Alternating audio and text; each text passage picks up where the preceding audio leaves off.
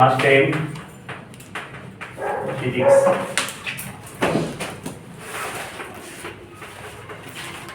Electricity.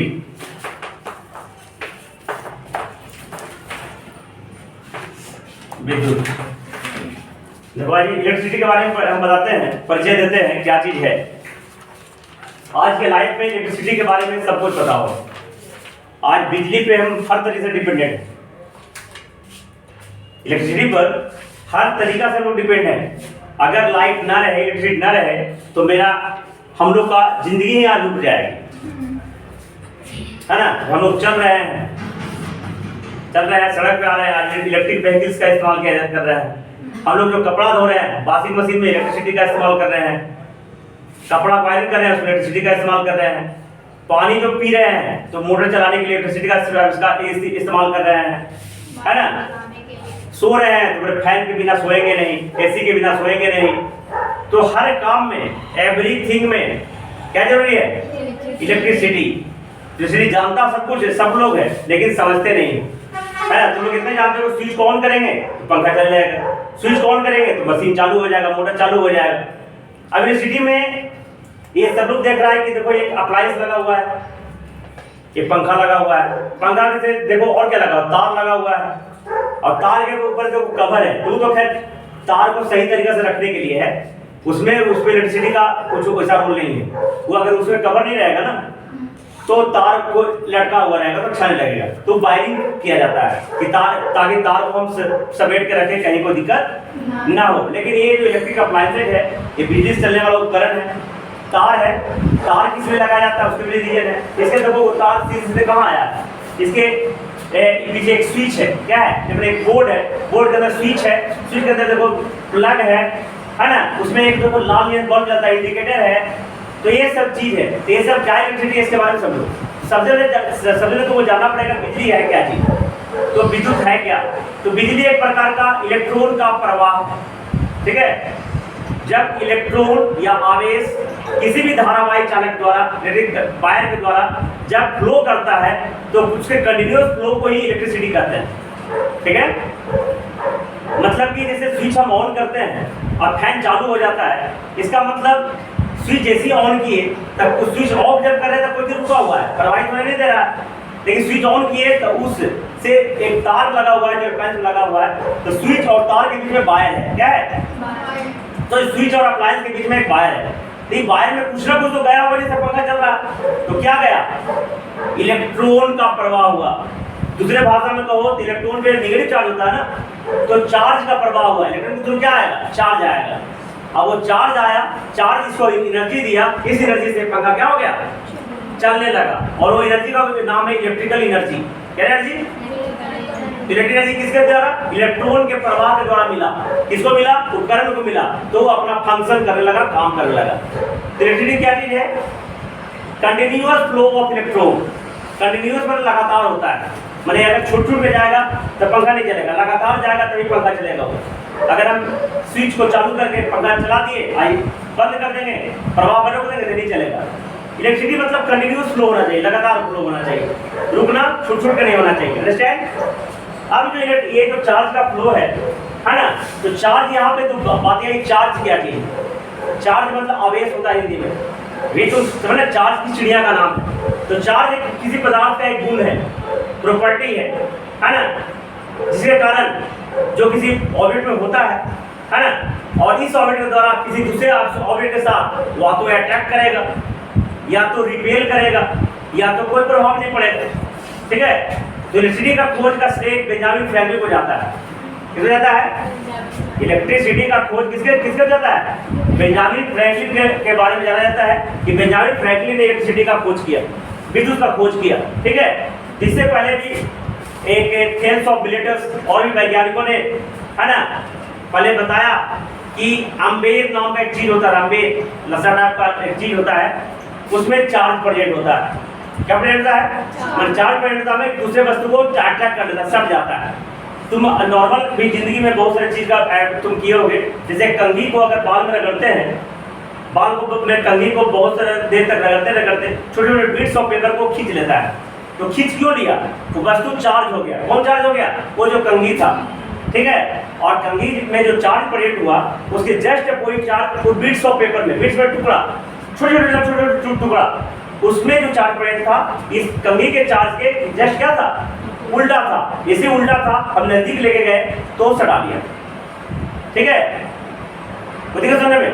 तो charge क्या है, एक प्रकार का प्रॉपर्टी है, जैसे कि कंघी में जो चार्ज होगा उसके अपोजिट चार्ज उसमें था। तो चार्ज अगर किसी वस्तु में प्रेजेंट होता है तो वह उस गुण के कारण किसी दूसरे वस्तु को खींच सकता है या तो रिपेल कर सकता है। अट्रैक्ट माने आकर्षित करना, रिपेल माने विकसित करना।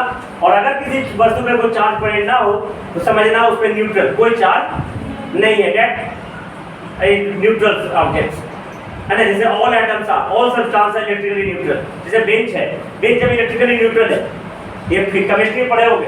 कोई भी सब्सटेंस एटम जनरली एटमॉस्फेयर में जो प्रेजेंट है वो जनरली क्या होते हैं, इलेक्ट्रिकली न्यूट्रल होते हैं। क्यों होते हैं, कि अगर कोई सब्सटेंस है तो जितना नंबर ऑफ एटम इलेक्ट्रॉन्स होता है उतना नंबर ही प्रोटॉन्स होता है। इलेक्ट्रॉन में कैसा चार्ज होता है, पॉजिटिव। प्रोटॉन में कैसा चार्ज होता है, सॉरी इलेक्ट्रॉन में कैसा चार्ज होता है, नेगेटिव। प्रोटॉन में कैसा चार्ज होता है, और दोनों का सेम है। जैसे कि तुम सोडियम है, एक एटम तुम्हारा सोडियम है ना, सोडियम एटम्स है। तो all atoms are electrically neutral, all atoms are electrically. जैसे इसमें सोडियम है तो 11 और 23 होता है, इसमें 11 इलेक्ट्रॉन है, 11 प्रोटॉन है। और न्यूट्रॉन निकालने के लिए क्या होता है, फायदा है m minus p, m minus m mass number है, चाहे 12 प्रोटॉन 12 न्यूट्रॉन हो जाएगा। तो दिक्कत 23 में से 11 घटा 12 आएगा ना। तो देखो 11 इसमें माइनस चार्ज है। इलेक्ट्रॉन पे किसी भी इलेक्ट्रॉन पे जो चार्ज प्रेजेंट होता है ना उसको सबसे छोटा क्वांटिटी ऑफ चार्ज बोलते हैं। सबसे छोटा जो चार्ज माप सकते हैं वो इलेक्ट्रॉन का चार्ज है, याद रखना। जैसे कि अभी लंबाई नापना हो तो सबसे छोटा नाप सकते हैं मिलीमीटर, उससे भी छोटा माइक्रोन मीटर नाप सकते हैं ना। तो चार्ज को सबसे छोटा नाप सकते हैं, वो है चार्ज ऑफ वन इलेक्ट्रॉन। इसका वैल्यू होता है 1.6 10 to power minus 19 coulomb. Charge का एसआई कूलम होता है, इससे लंबाई का एसआई मीटर होता है, मास का एसआई केजी होता है, टाइम का एसआई सेकंड होता है, उसी चार्ज का एसआई कूलम होता है। तो सबसे छोटा जो चार्ज होता है उसका जो वैल्यू है 1.622 माइनस। तो इलेक्ट्रॉन पे इतना चार्ज होता है माइनस में, क्या होता है, प्रोटॉन पे इतने चार्ज होता है 1.022 माइनस 19 कूलम प्लस में। तो इसको एक यूनिट मान लिए, एक यूनिट मान लिए नेगेटिव चार्ज। इसमें 11 को माइनस हो गया, 11 को और दोनों एक ही एटम में है ना, तो दोनों कैंसिल आउट क्या हो गया। न्यूट्रॉन में कोई चार्ज नहीं होता है, जीरो चार्ज होता है। तो कोई भी एटम इलेक्ट्रिकली क्या है, तो तुमसे कोई क्वेश्चन पूछेगा भाई all atoms are electrically neutral, बता सकते हो ना। उससे क्वेश्चन पूछेगा भाई ऑल, भाई बोले क्यों, all atoms are electrically neutral. तो atoms are electrically neutral because any atoms in any atoms number of electrons is equal to number of, and electron has 1 unit of negative charge and proton of same unit of positive charge, then both cancel out, है ना। and other particles, some subatomic particles in neutron they have no charge, ठीक है। so atoms are electrically neutral है ना। सभी atoms electrically neutral होते हैं। अब ये एटम्स न्यूट्रल जो होते हैं ये किसी को कंबाइन करने के फिर में बॉन्ड बनाने के समय इलेक्ट्रिक न्यूट्रल से हटकर कंपाउंड बनाते हैं, ठीक है। लेकिन कंपाउंड जब बन गया, फ्री स्टेट में हो गया, तब वो इलेक्ट्रिकली न्यूट्रल हो जाते हैं। अब पहले एटम भी है तो इलेक्ट्रिकली न्यूट्रल होता है, लेकिन इलेक्ट्रिकली न्यूट्रल होने के लिए फिर उसको स्टेबल होने के लिए उसको क्या चाहिए, इलेक्ट्रॉन चाहिए। केमिस्ट्री पढ़े हो ना, तो खैर उसमें बाद में जाएंगे।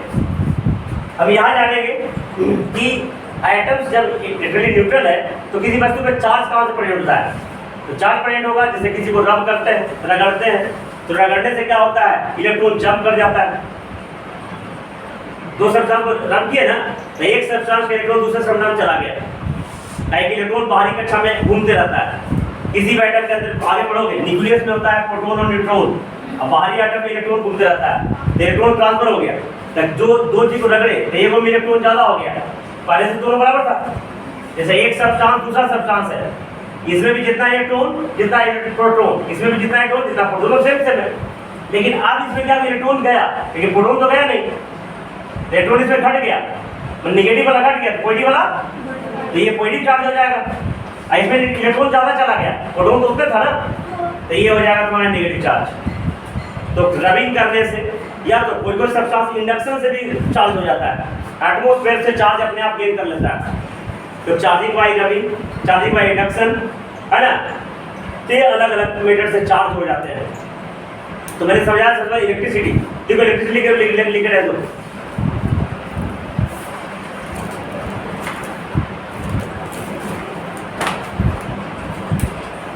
इलेक्ट्रिसिटी देखो द कंटिन्यूअस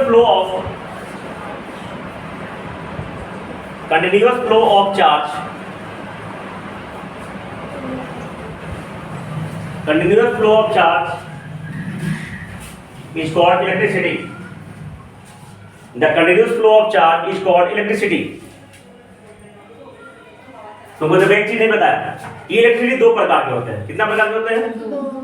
अभी मैंने बताया जब कंघी को रगड़ेंगे तो छोटा छोटा टुकड़ा को खींच लेता है, तो भी एक प्रकार का चार्ज है, उसमें चार्ज का फ्लो हो रहा है कंघी में। लेकिन वो जो चार्ज है वो चार्ज स्थिर है, इसे समझते हो? अब उस चार्ज में कंघी में तो तार जोड़ दो और तार के जोड़ के एक बॉल जलाओ, जलेगा? उस तार कंघी में ही है, रब करेंगे फिर आएगा, लेकिन उस चार्ज को हम ट्रांसपोर्ट नहीं कर सकते, एक जगह दूसरा जगह लेके नहीं कर सकते तार की सहायता से। वो जो चार्ज हो गया, वो जो बिजली हो गया, है ना, उसमें भी चार्ज तो फ्लो हो रहा है, तभी वो खींच रहा है उसको, छोटे छोटे कागज खींच रहा है ना, तो चार्ज तो उसमें भी है, लेकिन उस चार्ज को हम एक जगह दूसरा जगह फ्लो नहीं करवा सकते। वो जो इलेक्ट्रिसिटी है उसको बोलते हैं स्टैटिक इलेक्ट्रिसिटी। क्या बोलेंगे? स्टैटिक इलेक्ट्रिसिटी, इलेक्ट्रिक, जिसको हिंदी में हम स्थिर विद्युत कहते हैं। स्थिर विद्युत का हो या स्थिर वैद्युत का हो, 11 में 12 में विशेष रूप से पढ़ोगे इलेक्ट्रोस्टैट के बारे में। वैसा चार्ज जो चार्ज तो है, चार्ज है, लेकिन चार्ज को हम फ्लो नहीं कर सकते, वो एक जगह प्रेजेंट होता है और जहां चार्ज प्रेजेंट होता है उसके अराउंड इलेक्ट्रिक फील्ड जनरेट कर देता है, तभी इलेक्ट्रिक फील्ड के कारण छोटे छोटे कागज को खींच लिया ना, है। लेकिन उस चार्ज को हम वायर के साथ से कहीं लेके जा नहीं सकते हैं, तो उस इलेक्ट्रिसिटी को बोलेंगे स्टैटिक। लेकिन ये जो चार्ज प्रेजेंट हो रहा है, अभी कहोगे बिजली जो पंखा चला रहे हैं, ये चार्ज यहाँ तो प्रेजेंट नहीं हो रहा है, इसका बिजली जो चार्ज हम जिसे पंखा चला रहे हैं, इसको उत्पन्न करने के लिए तीन चार तरह के पावर स्टेशन होते हैं। एक होता है थर्मल पावर स्टेशन, जिसमें कोयला को जलाकर कोयला को पानी को वाष्प में बनाया जाता है, पानी को वेपर बनाया जाता है, और पानी को वेपर बनाने के बाद उसे एक टरबाइन घुमाया जाता है। क्या रहता है? अल्टरनेटर से जुड़ा रहता है टरबाइन से, टरबाइन बहुत तेजी से घूमता है, उससे एक अल्टरनेटर जोड़ा जाता है, तो टरबाइन घुमा तो अल्टरनेटर भी घूम जाता है, और उस अल्टरनेटर के घूमने से बिजली उत्पन्न होती है, और उस बिजली को तार की सहायता से हर जगह पहुंचा देता है। ठीक है, तो ये जो बिजली है, ये जो तो चार्ज प्रेजेंट तो यहाँ नहीं हो रहा है, कहीं ना कहीं हो रहा है, ठीक है, लेकिन उस चार्ज को हम तार की सहायता से एक जगह दूसरी जगह लेके जा सकते हैं, उसे हम कहते हैं करंट इलेक्ट्रिसिटी। तो हम जो पंखा चला रहे हैं इस करंट इलेक्ट्रिसिटी से चला रहे हैं। तो देखो सर, इलेक्ट्रिसिटी कितने प्रकार के होते हैं? दो प्रकार के, एक स्टैटिक इलेक्ट्रिसिटी और एक करंट इलेक्ट्रिसिटी। तो एक चार्ज प्रेजेंट हुआ जो कंघी से रगड़े जो, और एक चार्ज जो बिजली चल रहा है, यहाँ नहीं चार्ज उत्पन्न हो रहा है, उत्पन्न कहीं और हो रहा है, उत्पन्न कहीं, लेकिन हम उसको बाहर के साथ से एक जगह दूसरा जगह। अब चार्ज का किस किस तरीका से प्रेजेंट होता है? बिजली उत्पन्न करने का तरीका पढ़ना, थर्मल पावर स्टेशन, एक हाइड्रो पावर स्टेशन है, अमेरिका में चाइना में हाइड्रो पावर स्टेशन का बहुत इस्तेमाल होता है, मैंने जल के द्वारा पानी के सहायता से बिजली तैयार किया जाता है। उसमें क्या होता है, जैसे ऊपर से पानी गिर रहा है ना, तो जहाँ सबसे ज़्यादा हाई स्पीड पानी गिरता है, ग्रेविटी का नीचे आएगा, पानी तेज से खुलेगा, उसी मुंह पर टरबाइन लगा रहता है जहाँ पानी गिरता है, उसे कस कर टरबाइन घूमता है, और उस टरबाइन घूमने से हम बिजली तैयार कर लेते हैं। ये हो गया हाइड्रो पावर स्टेशन। ये होता है न्यूक्लियर पावर स्टेशन। क्या होता है? जिसमें न्यूक्लियर पावर प्लांट होता है। न्यूक्लियर पावर प्लांट में यूरेनियम 235 235 का इस्तेमाल करके हम बिजली तैयार करते हैं न्यूक्लियर रिएक्टर के द्वारा। ठीक है, और भी बिजली तैयार करने का और भी बहुत सारे तरीके हैं। एक विंड मिल होता है, नाम सुना है? जहाँ बहुत हवा कस के हवा चलती है, तो यहाँ नहीं होगा, ये राजस्थान में होगा। जहाँ बहुत तेज हवा चलती है वहाँ पवन चक्की होता है, बड़का चक्का घूमता है, उसी चक्का के साथ फिट के रहता है, तो बिजली तैयार कर लेते हैं। और भी ओशन थर्मल एनर्जी है, जियो थर्मल एनर्जी है ना, बिजली तैयार करने का बहुत सारा मेथड है, लेकिन generally hydro power station, thermal power station और न्यूक्लियर पावर स्टेशन, तो ठीक है समझ में। लेकिन हमारे पास जो बिजली अभी आ रहा है थर्मल पावर स्टेशन से आ रहा है, कोयला के सहायता से पानी गर्म करते हैं इस तरीका से, तो वो चार्ज प्रेजेंट हुआ, तो लिखा इलेक्ट्रिसिटी के the continuous flow of charge इन्होंने कॉल्ड, देखो electricity are of two types, electricity are of two types, clear, are of two types. पहला स्टैटिक इलेक्ट्रिसिटी, स्टैटिक इलेक्ट्रिसिटी, दूसरा करंट इलेक्ट्रिसिटी, तेज लिखा करंट इलेक्ट्रिसिटी, स्टैटिक इलेक्ट्रिसिटी लिखे दो,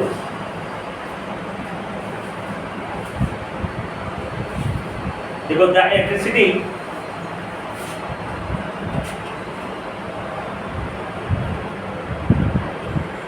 which cannot flow one the electricity which cannot flow from one place to another place,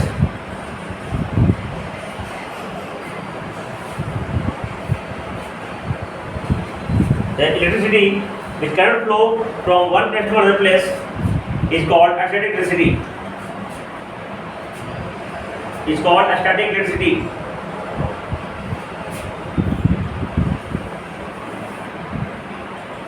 example लिखो, if we rub the comb with dry hair, if we WB rub माने रगड़ना, rub the comb with dry hair, then if we rub the comb with dry hair, then charge present on the comb, then charge present on the comb,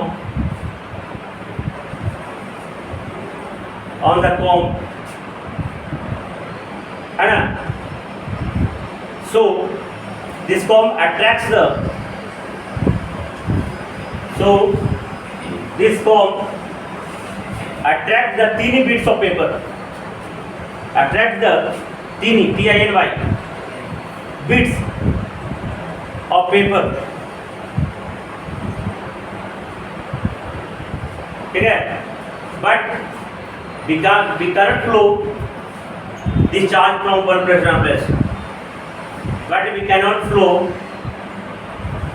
और आगे लिखो ना, इतना जगह क्या छोड़ देता है, we cannot flow this charge from one place to another place, so this is static electricity।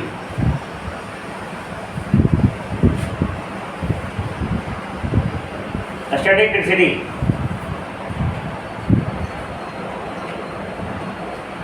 Current electricity लिख दो,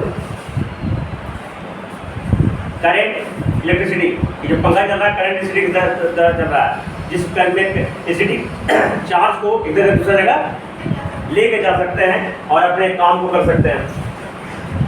देखो the electricity which can flow, the electricity which can flow from one place to another place,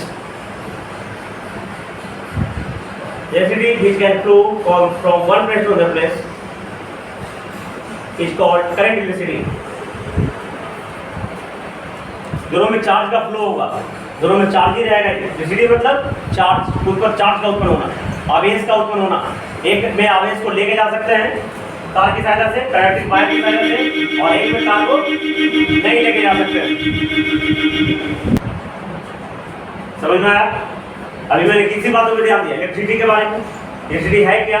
बस charge का एक property, charge का flow है। Charge को flow करेंगे इलेक्ट्रिसिटी होगा, है ना। चार्ज उत्पन्न हो गया लेकिन फ्लो नहीं कर पा सकते, वो स्टैटिक इलेक्ट्रिसिटी हो गया। अभी इसमें जो चार्ज किस चिड़िया का नाम? तो चार्ज मैंने बताया, चार्ज जो एक गुण है जिसके कारण किसी वस्तु को या तो अट्रैक्ट कर सकते हैं, रिपेल कर सकते हैं, या तो कोई प्रभाव नहीं रहेगा, जिसमें चार्ज पड़े नहीं होगा, तो कोई प्रभाव। देखो चार्ज लिखा है, तो charge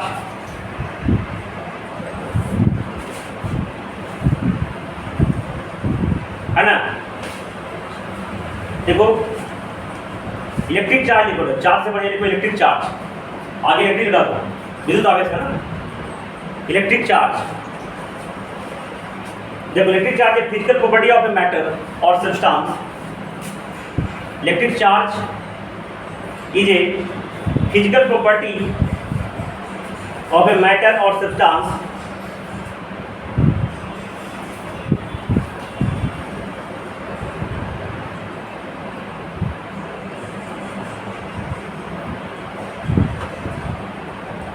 which causes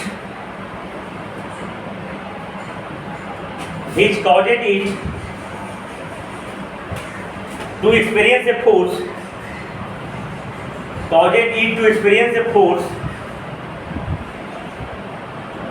when placed near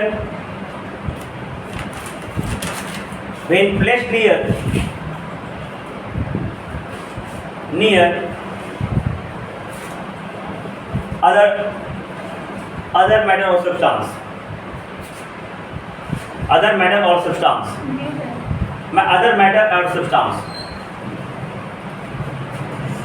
देखो इसका दूसरा परिभाषा मेरे भाषा में लिखो। देखो in other word we can say, कोई भी एक परिभाषा याद करोगे, डिफिनेशन याद करोगे, चार से परिभाषा हो जाएगा। In other word we can say electric charge is physical property of substance, electric charge is a physical property of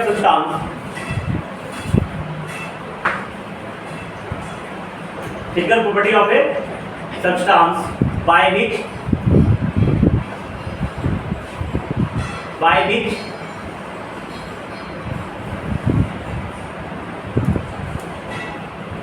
any substance experience a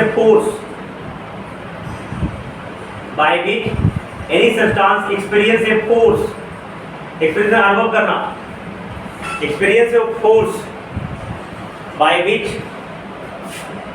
विच लिखो, फिर दोबारा by which it either attract or repel another substance,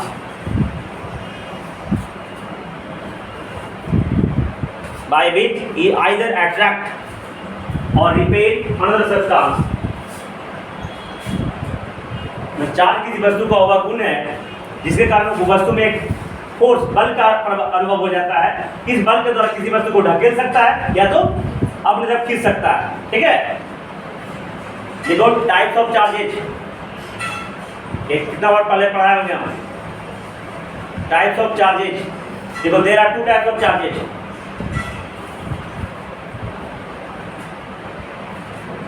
there are two types of charges. पहला positive charge, दूसरा negative charge.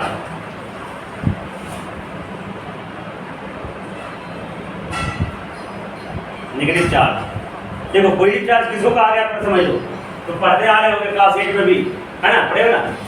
जब एक silk का कपड़ा, रेशम का कपड़ा, रेशम का धागा, मैंने सिल्क को एक ग्लास रोड, शीशा के एक रोड से जब रगड़ते हैं, क्या सुना, जब सिल्क को ग्लास रोड के साथ रगड़ते हैं तो रगड़ते ग्लास रोड पे चार्ज प्रेजेंट हो जाता है।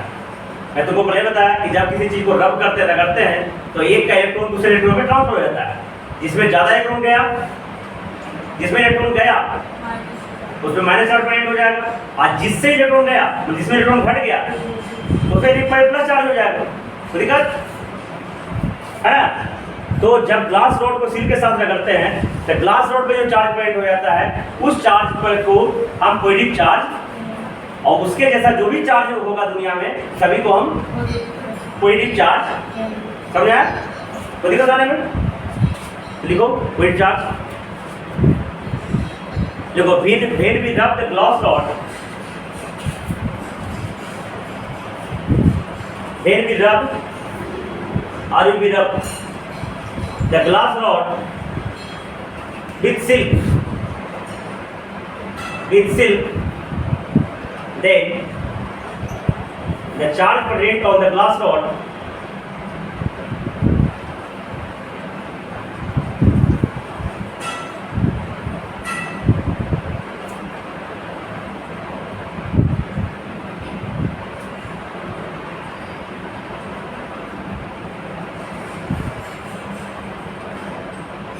करेगा where we rub the glass rod with silk, the charge present on the glass rod is positive charge. Is considered लिखो, is considered मेजरमेंट माना गया, considered है पॉजिटिव चार्ज। अब तुम बताया एक पॉजिटिव चार्ज जब होगा तो दूसरे पे कि पॉजिटिव चार्ज कब हुआ, उसमें इलेक्ट्रॉन की संख्या घट गई, मैंने ग्लास रॉड का जो इलेक्ट्रॉन है सिल्क पे जाकर हो गया, प्रोटॉन तो गया नहीं, इलेक्ट्रॉन नहीं गया, तो ग्लास रॉड पे कौन सा चार्ज प्रेजेंट हो गया, लेकिन इसका मतलब सिल्क पे क्या हो गया, हाँ तो लिखो जब चार्ज प्रेजेंट हो ग्लास रॉड कंसिडर्ड है पॉजिटिव चार्ज, ठीक है। लिख दो here the charge present on silk is negative, here the charge present on silk is negative।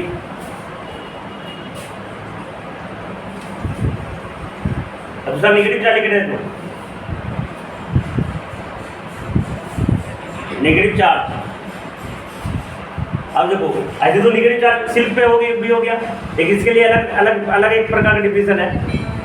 ये बोनाइट रड को उनी समझना, उनी का मतलब चार्ज में हैं लोग, एबोनाइट रड के साथ अगर उलेन के साथ करते हैं तो एबोनाइट रड का जो चार्ज प्रेजेंट हो जाता है उसमें उस चार्ज को कंसीडर गया नेगेटिव चार्ज। देखो व्हेन वी रगड़ना, व्हेन वी रब एबोनाइट रod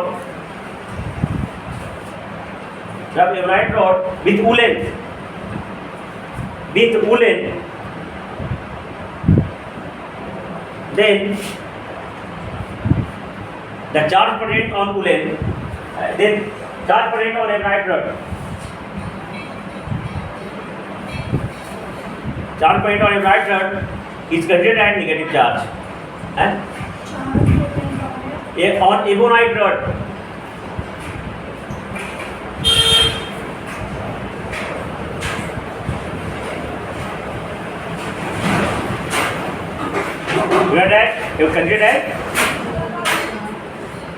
आगे पॉइंट तक लिखो, the A side of charge is coulomb, the A side of charge is coulomb,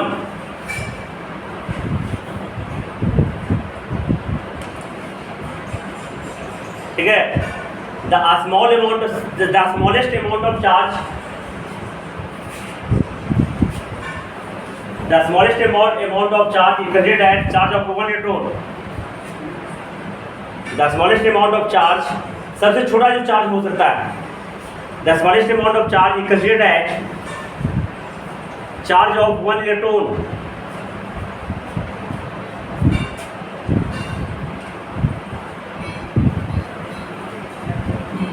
charge of one electron, ठीक है।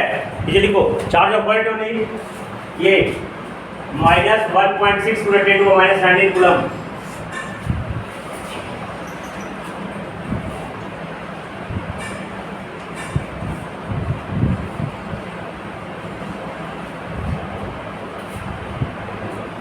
सबसे छोटा चार्ज माना गया है, फिर डिस्क्रीट क्वांटिटी ऑफ चार्ज भी बोलते हैं।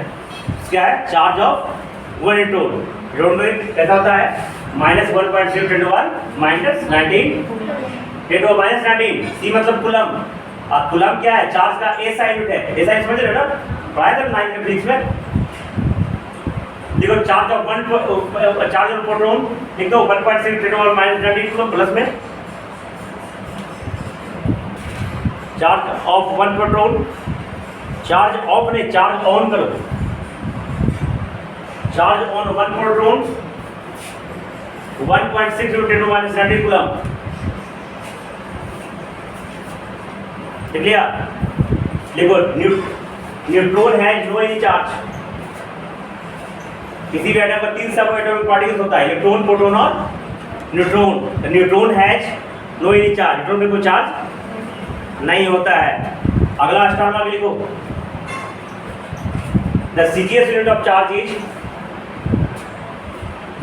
तो याद करने वाली चीज याद कर लोगे। एसआई तो कूलम मैंने बताया ना, चार्ज का एसआई क्या होता है? कूलम, है ना। और सीजीएस एसआई था, एसआई भी याद रखना, सीजीएस को याद नहीं करना, लेकिन लिख लो CGS unit of charge is stat coulomb.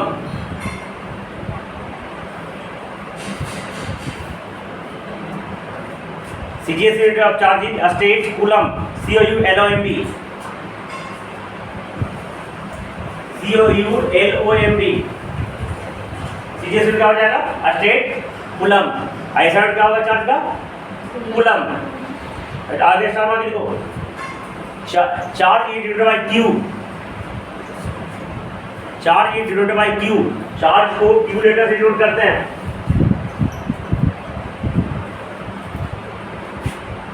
ठीक है, अब कूलम भी डिनोटेड है C, कूलम को C लेटर से डिनोट करेंगे, लिखा रहेगा तो जब लिख दिया ना -1.6 denoted by number 19 C for coulomb. अब देखो property of electric charge, charge का क्या क्या गुण होते हैं। देखो ये तो तुमको पढ़ते आ रहा है बचपन से ही। लाइक में रिपल्सन होती है, लाइक में रिपल्सन होती है, अनलाइक में अट्रैक्शन होता है हर जगह। अमीर में लड़ाई झगड़ा, लेकिन अमीर गरीब में अट्रैक्शन। अमीर को गरीब की जरूरत पड़ती है, गरीब को अमीर की जरूरत पड़ती है। मैग्नेट में पढ़े होंगे, प्लस प्लस जो पोल रहता है एक दूसरे को ढकेलेगा, लेकिन प्लस माइनस ध्यान से रखना, प्लस माइनस एक दूसरे को अट्रैक्ट करेगा। पहले को प्रॉपर्टी चार्ज पहला like charges repel each other, like मैंने एक जैसा मैंने प्लस प्लस एक दूसरे को ढकेलेगा, रिपेल करेगा, है ना, दूर भेजेगा। लेकिन प्लस माइनस दूसरे को अट्रैक्ट करेगा, खींचेगा एक दूसरे जगह। लाइक मैंने एक जैसा, like charges repel each other. इसी में एक और लिखो, but unlike charges attract each other, but unlike charges attract each other. पहला मैं लाइक बोले शुरू में, लाइक चार्जेज लाइक में एक जैसा, like charges repel each other, but unlike charges attract each other. पूरा लिखेगा इलेक्ट्रिक चार्ज इज कंजर्व्ड, जैसे लिखो, in any isolated system, in isolated समझते हो जिसको बाहर से कोई मतलब ना हो, बाहर से कोई मतलब, कोरोना में आइसोलेटेड हुआ था ना, केवल आइसोलेशन में चला गया, मतलब रूम में ही रहेगा, कोई उससे ना अंदर जाएगा मिलने, ना कोई बाहर उससे मिले, कपड़े हो होम आइसोलेशन में चला जाओ, उसी से आइसोलेटेड, तो बाहर कोई सिस्टम से कोई मतलब। देखो in an isolated system,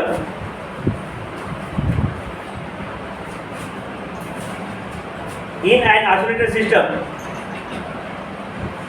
the total charge present total charge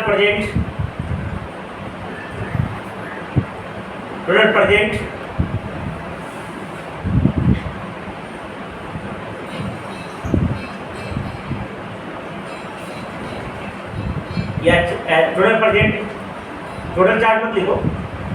देखो charge in an isolated system, charge can neither be created nor be destroyed. In an isolated system, charge is neither be created nor be destroyed. समझ गए ना? ना तो charge हम अपने मन से खत्म कर सकते हैं, और दूसरा ना तो उसमें से चार्ज घटा सकते हैं, ना तो बढ़ाने के लिए उसमें बाहर के सिस्टम से इंटरेक्शन करना पड़ेगा, चाहे रगड़ना पड़ेगा, कन्वेक्शन करना पड़ेगा, कंडक्टर कुछ करना पड़ेगा। नहीं कुछ करेंगे तो चार्ज कंजर्व रहेगा। तो देखा जैसे कि हम लोगों के पास पैसा है, हम ना खर्चा करेंगे, है ना, और ना भुलाएंगे, और ना बाहर से कमाएंगे, तो जितना पैसा होते रहे, कमाएंगे तो बढ़ेगा, खर्चा करेंगे तो घटेगा, लेकिन कुछ नहीं कर रहे हैं तो चार्ज जितना मेरे पास पैसा उतना ही रहेगा। Any problem? इधर लिखो, charge is quantized.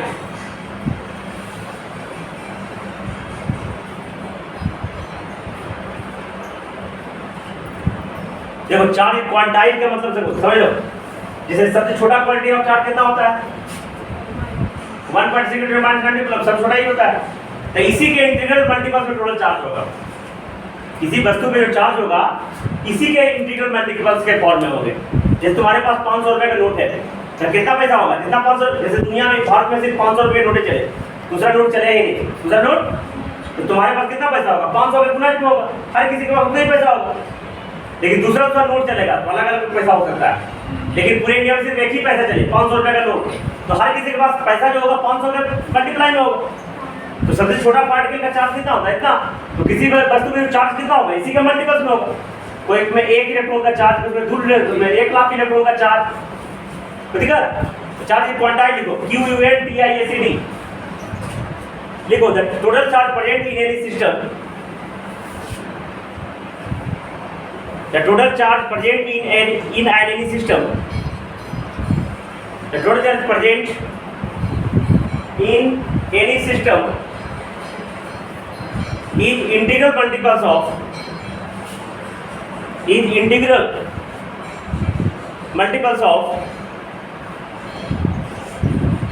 of charge of 1 electron, charge of 1 electron. देखो that is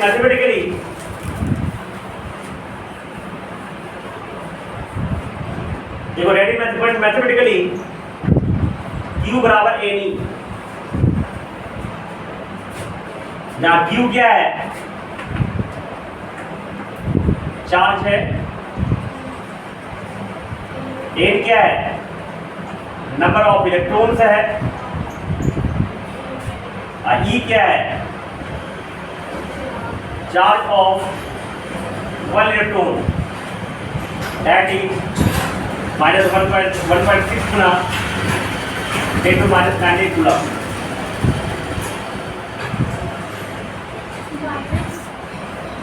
माइनस में देखो, तो छोटा चार्ज तो माइनस में सिर्फ सिंबल हुआ है कि उसमें नेगेटिव चार्ज होता है। अमाउंट ऑफ चार्ज यही होता है, जिसे प्लस होगा इससे प्लस होगा, माइनस होगा। लेकिन Q पे चार्ज इलेक्ट्रॉन तो माइनस बाद की बात है ना। अब देखो चार्ज आर एडिटिव,